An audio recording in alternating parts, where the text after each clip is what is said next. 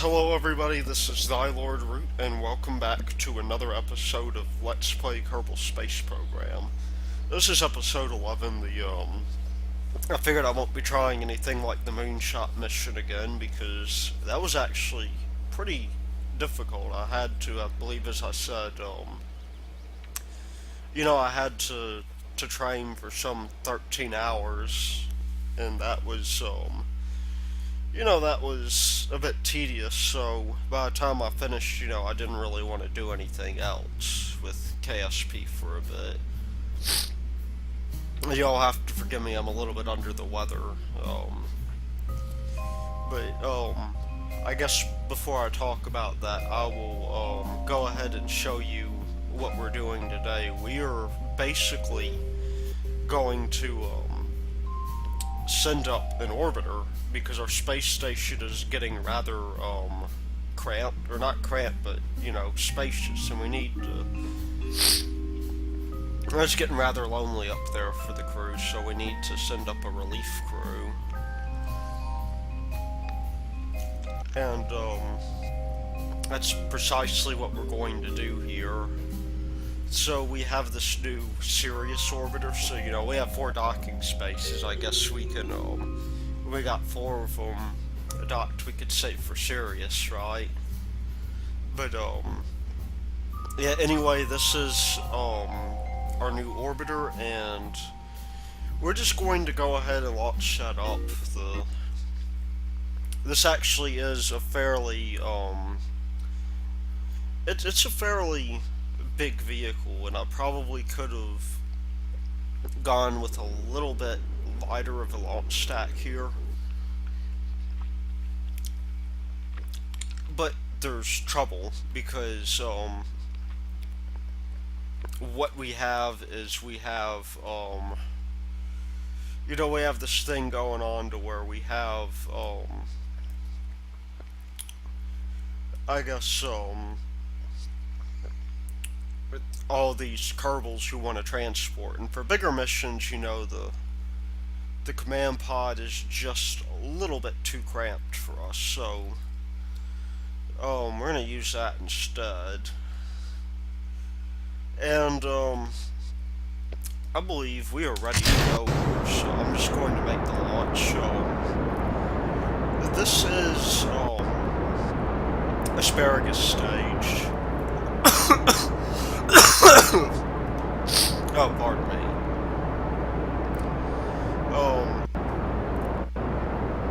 Yeah, this is asparagus staged, and that essentially means that, we're gonna drop these off right here. It does afford a little bit better fuel efficiency that way, but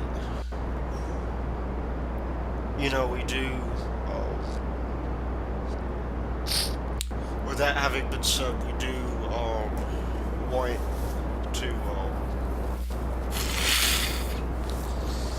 want to get up to this with as little going into the atmosphere as we can. So we're about to start our gravity turn, and that's the stages maybe should have, I guess, dropped a little bit later, but this works. I mean, this will get us up there. There's not much in the way of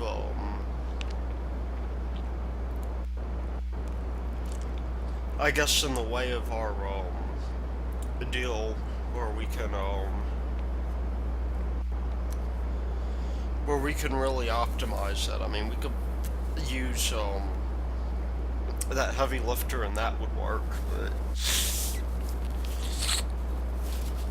that would actually probably be enough to get the entire rocket up, to tell you the truth, or the entire core stage. So we do have to be careful with that. We don't really want to overdo it.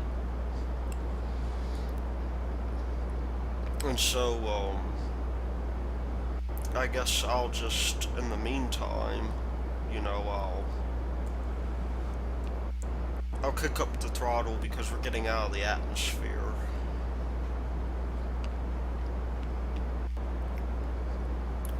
And I believe this will be just enough to,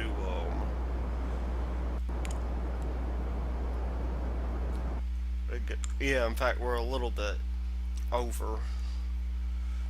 But, yeah, this will be enough at least to give us a little bit of a boost, and we're, what, 70 kilometers away? Of course, I can't tell where my Apple Apsis is now, but I think we had timed this pretty well.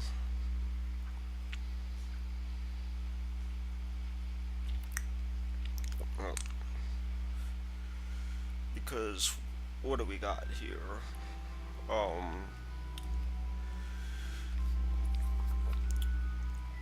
We need to bring up our periapsis up just a shade.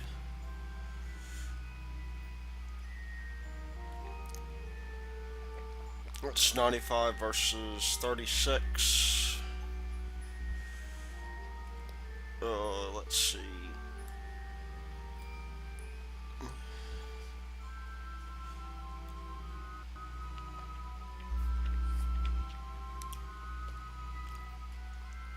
Oh, I don't want to adjust my nodes like that. Actually, you know what? That's pretty good. I'll take that.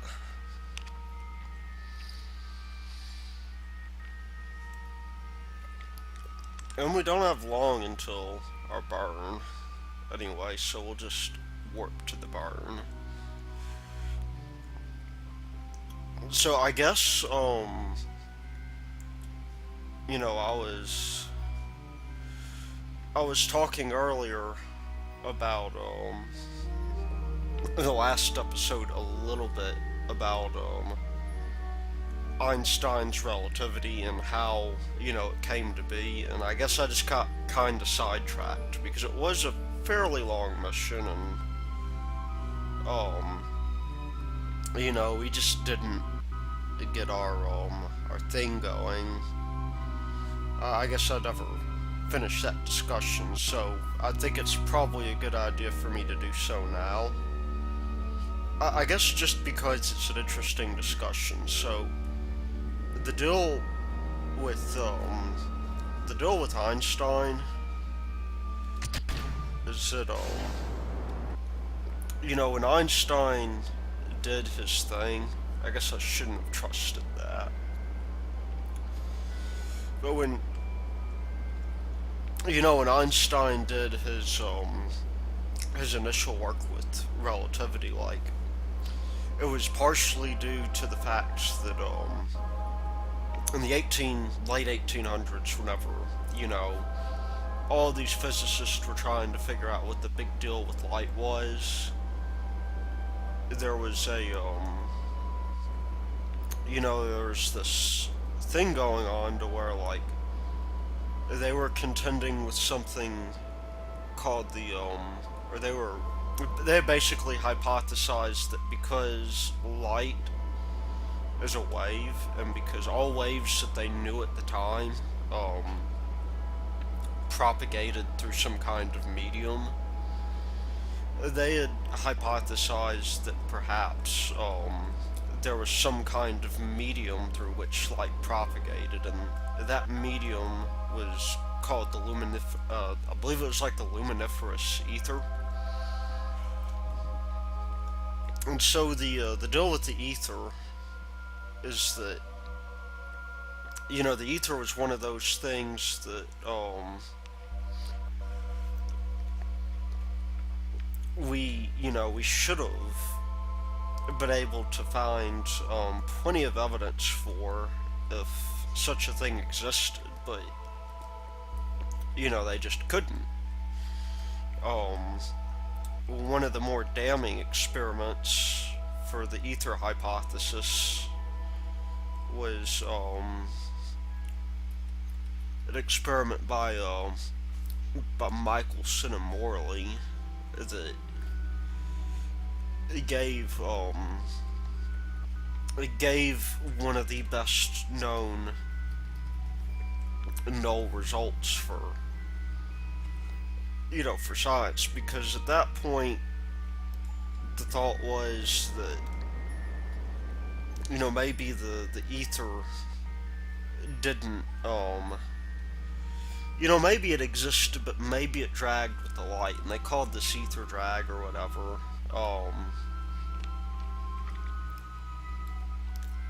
We're already down our periapsis. Let me see if I can't bring this closer in.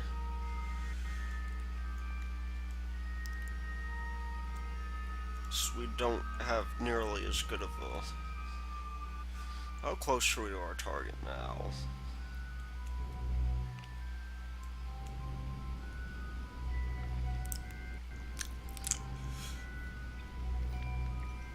But yeah, anyway, the problem was that despite their best efforts, they just could not really do much for the ether hypothesis. I mean, it's and so with that problem, having been that problem having been what it was, then, there was this issue to where, at this point, the ether just didn't make much sense with, really with respect to anything. And so,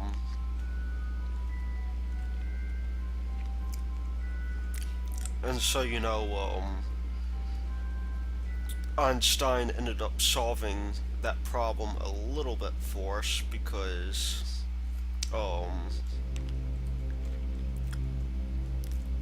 he ended up,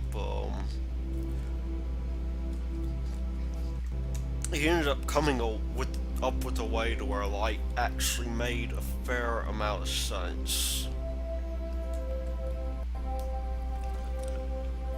So, contrary to popular belief,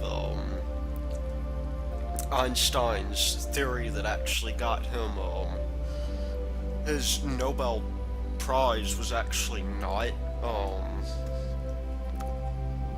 it actually wasn't anything like relativity. I mean, relativity had come sometime after, but it was instead something called the photoelectric effect, which was ironically the first step towards something that Einstein himself had a little bit of trouble believing. It just wasn't, his, it just wasn't something that he felt, was really all that believable. And so what that thing was is quantum mechanics, and in a weird kind of way it is rather strange that that Einstein didn't they had an issue with quantum mechanics, partially because along with, a couple of contemporaries. I mean, he more or less invented it, but, Einstein was one of those people that, he was very, suspicious of the whole quantum thing, and it kind of,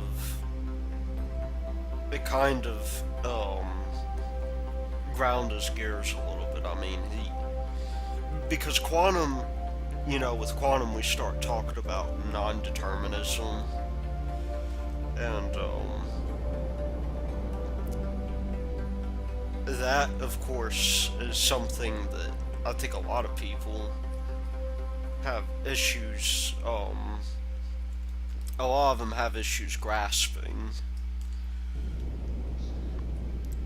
just because,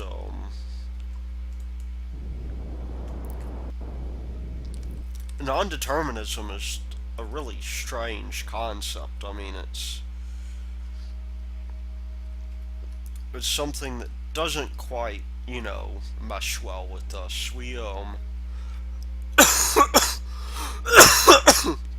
Oh, pardon me.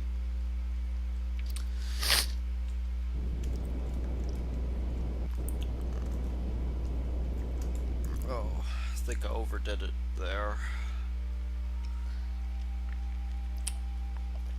I'm trying not to waste too much fuel here. I probably, if I were patient, I probably could have done something a bit better than what I'm doing now. But I mean, we're coming in for a rather close approach anyway. And there is my machine freezing.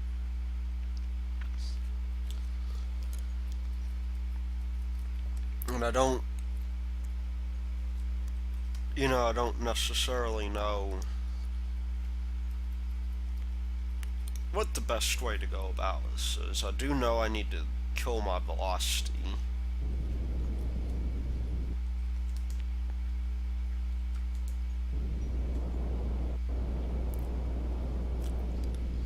But yeah, anyway, I mean, Einstein is famously quoted as saying, does God play dice? And that's particularly, what he means by that. Is he means that, that he found quantum mechanics incredulous. And it really wasn't until much later in his life that, he finally came around and said, maybe there is something to this, and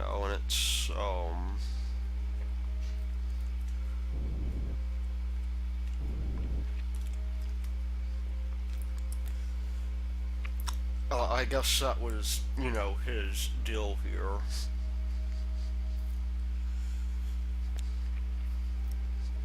But yeah, anyway,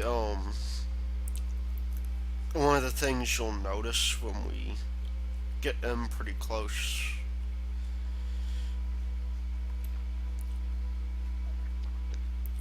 and hopefully that'll be soon, is that we've got a ton of cargo on this vessel. So here we're still, we're probably not going to get much closer. I'm going to move in for the kill here real quick. But I mean, we have a ton in the way of cargo, right? And some of that is because, I want a ship that, can last a fairly long time, because, if you look at our resources, I mean, we could have actually done a bit better with the resource usage, but,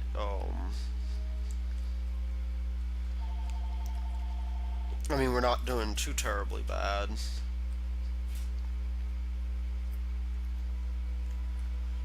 I mean, part of the issue is that I don't know if our orbital plane is matched, but we're moving away.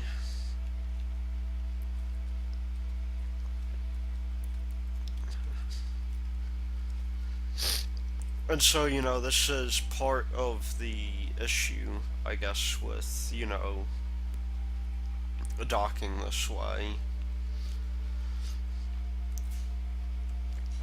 But, we have a slight benefit here as well, that one of those benefits being that, we can deposit quite a bit of fuel whenever we're done. And I believe we'll have enough Delta V in this thing in order to in order to get us out of orbit. Should be nice.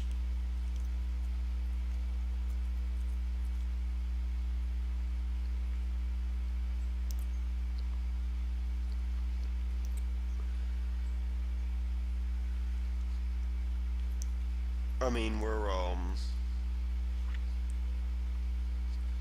I don't think we'll have as much RCS as we want to.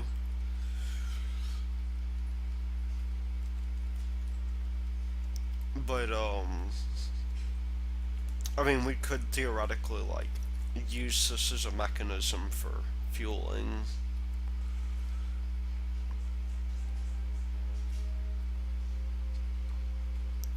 And, that, of course, is pretty nice. So this is going to be one of those ways that we're going to get that big orange fuel tank fueled up and everything. Because we do have a little bit left over from last time, but you know, we do to some degree want to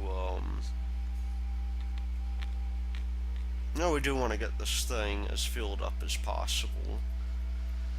And so I'm gonna null out my velocity again, because I believe we were getting close enough to where we could begin thinking about docking. And the one thing that does kind of, suck about docking this thing is that it's not so much that it sucks. I mean, it has more to do with the way that the station was designed. We're gonna have some intermediate angle that we're gonna have to contend with. But, yeah, anyway, I guess while we're at it, I'm going to open up this docking port right here, and I'm also going to control from here, and that will give us, a little bit of something to play around with. I mean, I think before too long we'll be coming up on our docking node, and I'm hoping it looks like we're coming up on the west docking node. And so what I'd like to do is I would like to set that as a target and move in. And so that's our target now, and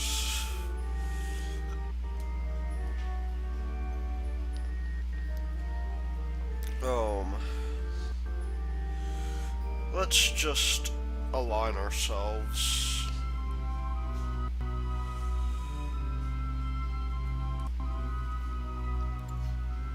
Although I'm not entirely sure what the best way to do that is, but we have our Y that we need to bring down substantially. And this is about the time where refine control actually makes a good amount of sense. I mean, granted, this thing is in an orbit with us and will probably, it'll probably change just a little bit.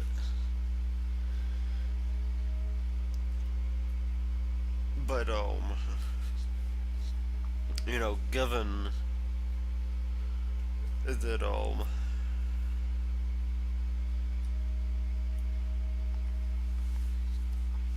given that we do stay on course, I mean, I don't think it'll be much of an issue. Oh, yeah, we overshot it just a bit because I wasn't paying attention.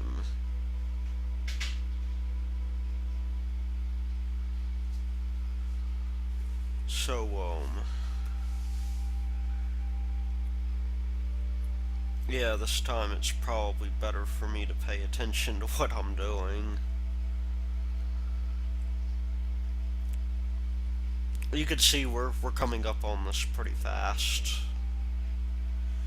And I do want to move this in a little bit faster. Um,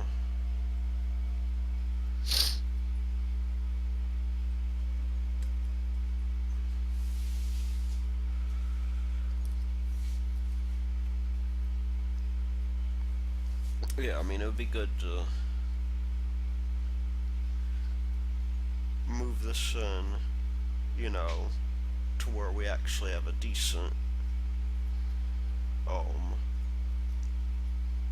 deal going on. So, let's see. We are very slightly off. We're making our approach pretty quickly. And I think before too long it'll be time to slow down. Now, I think it's worth pointing out that these are a little bit easier to dock.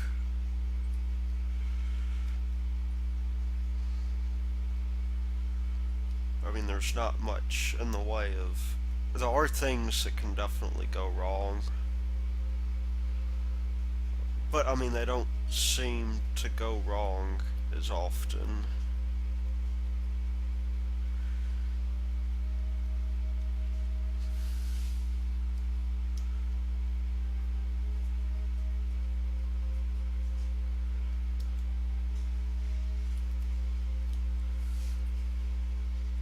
And I mean, I'd say we're pretty close to docked with this thing. There we go. It might wobble just a bit, but you see the magnets on this will hopefully do all of the dirty work for us.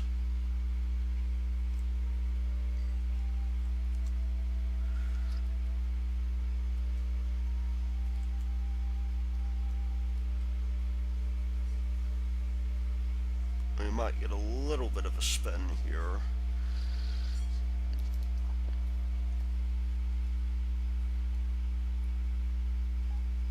Let's see.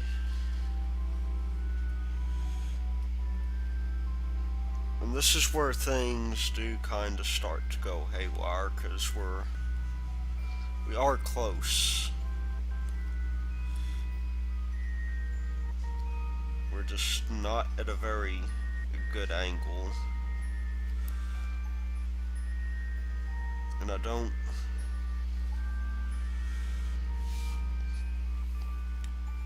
don't quite know what that means. I guess it looks like we're pretty well docked here, and so let's get our crew rotation going. Because who do we have? We have Bob in here, and I could have sworn there was another guy in here. I guess not entirely sure what happened to him, but you know, I guess what we'll do is we will simply start bringing these guys out. We'll relieve Bob, but in order to do that, we need to give, I guess, we need to give Bob a way to, you know, we need to give him a way to get in. So right now this has a maximum crew of 4. And it looks like I should have gone around the other way. Looks like it's a bit more efficient that way. And so, yeah,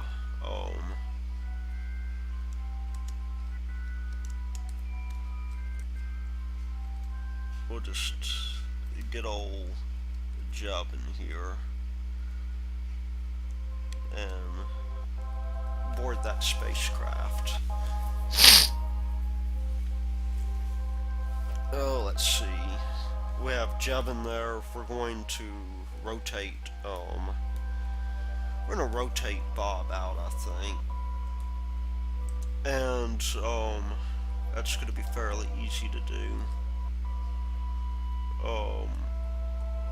Hopefully. The only thing is, I'm not entirely sure where, the hatch is for this. I think it's somewhere down here, but I'm not entirely certain.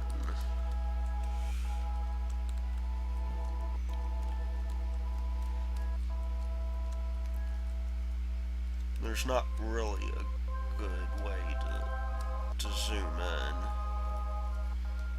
to see where the hatch is.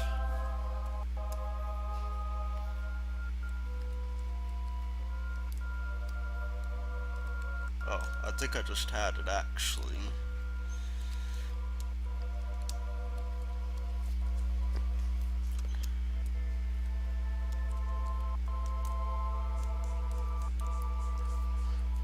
It would be kind of interesting, I guess, if they had first-person view here. I believe that must be it right there. So there we go.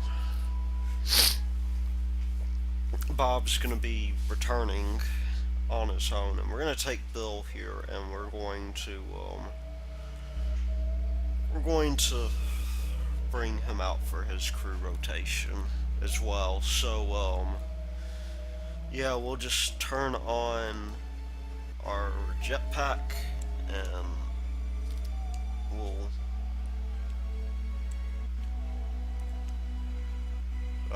just go ahead and get this guy in here.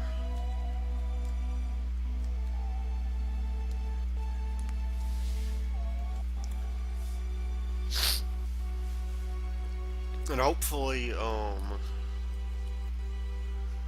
there won't be too much of an issue with that. I mean, we're already pretty far out. But at least we can see our shadow. That's a good sign. Let's see, are we close enough to the door? There we go. Oh, we got one more guy to get out there. And I believe that would be Bill. Oh, we already got Bill there. We have the dude in the white suit that we gotta to bring out. And so, we'll let go. And we'll do just that.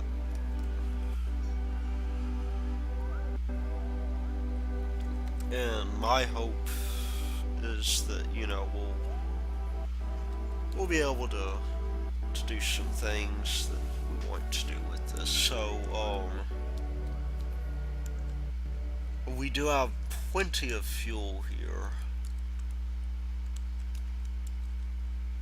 And that's going to make our job certainly easier.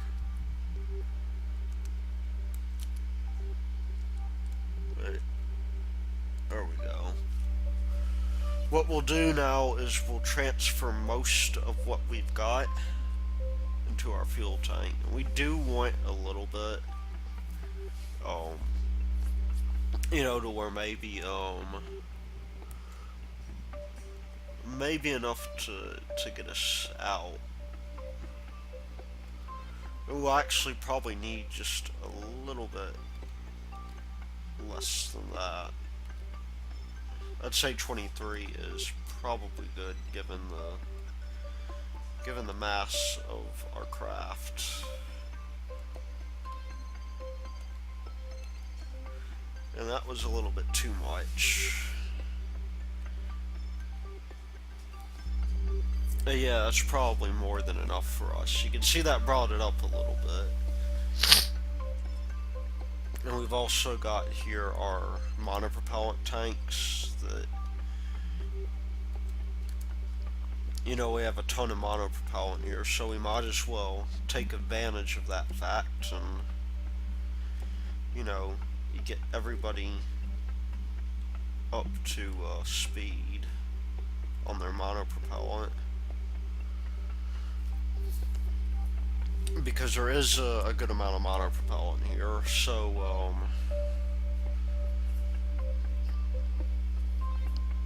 anyway, let's see.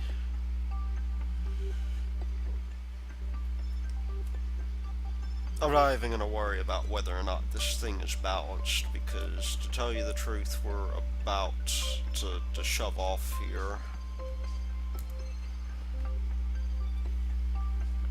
And we'll just, we'll fill all these things up.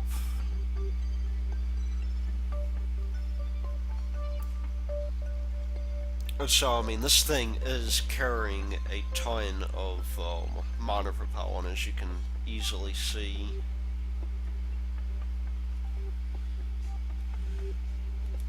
And it'll be very easy for us to do. Or for us to refuel using this one thing. I mean, we've... Oh, wrong way, wrong way. That was not the way that I intended to do. We'll do it the other way.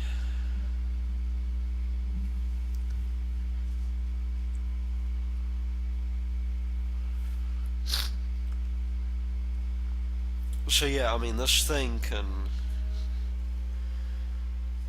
pretty much fuel, as far as monopropellant is concerned, it can fuel the entire station on its own,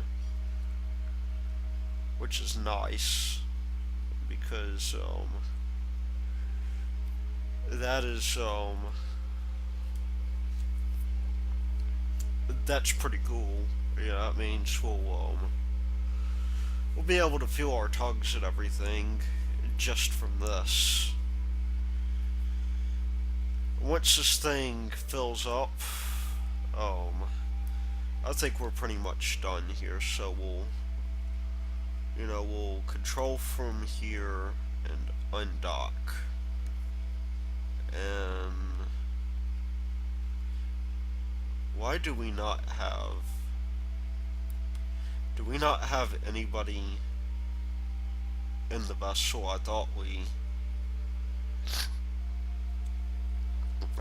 did. That's kind of weird, because we should have somebody in there. Let's see, how many people do we have? Well, that is strange. I don't know what happened to everybody else, but I guess it's one of the dangers of living in space. And so we'll just make our final burn. And then hopefully we will fall down to the atmosphere pretty quickly. I mean, we're already in... We're gonna aero brake. So I'm thinking at this point that, given that I am sick, and given that, this would probably be a longer episode, I'll save the next vehicle for the next episode. And, that will hopefully be a fairly straightforward vehicle to do. So we'll just, I guess we'll time accelerate. And we'll bring this thing down.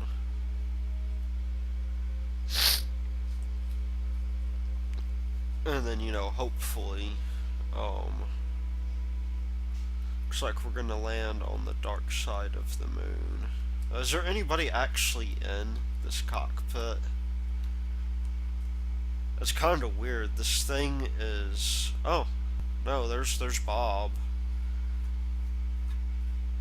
Well, there's Bob. Where's... That is really strange. Why did we suddenly lose two Kerbals?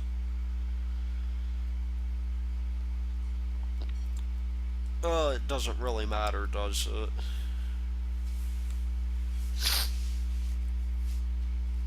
I mean, what does matter is that, it's time to jettison our fuel tank pretty soon. I hope, anyway, because we haven't even reached Apsis yet. So,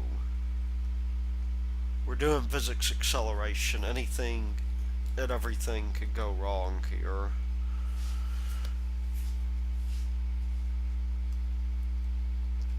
And my guess is, we're probably,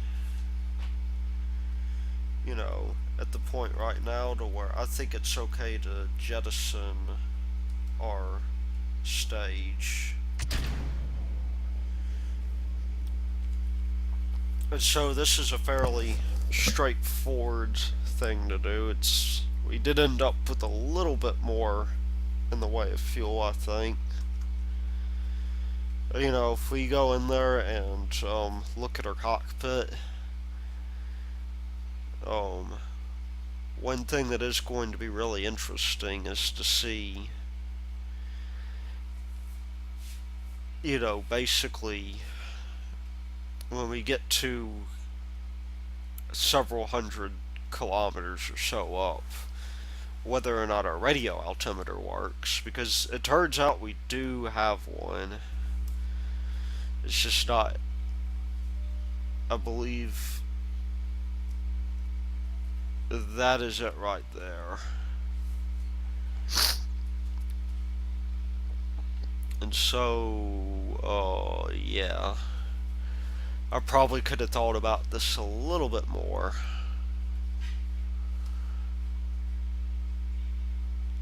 But, I'll wait until we get down to, I'll wait until we get to 20,000 or so.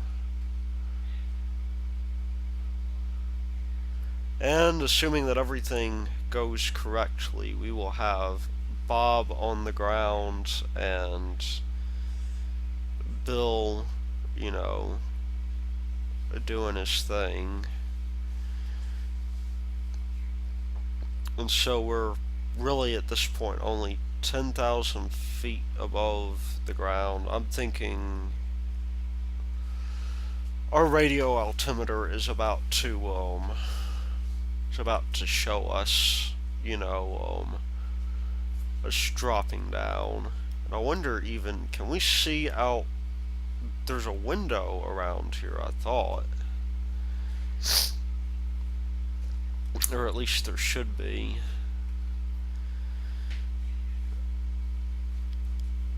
But yeah, this is supposed to be the way that when you're, when you're doing this, the way you're supposed to tell, when you're getting close to the ground is actually the radio altimeter. And so, definitely, that should be changing pretty soon. And one of the things about this is that, see, it's changing right now. This actually tells us when our parachute should deploy. Now, if only there were a window we could look out. I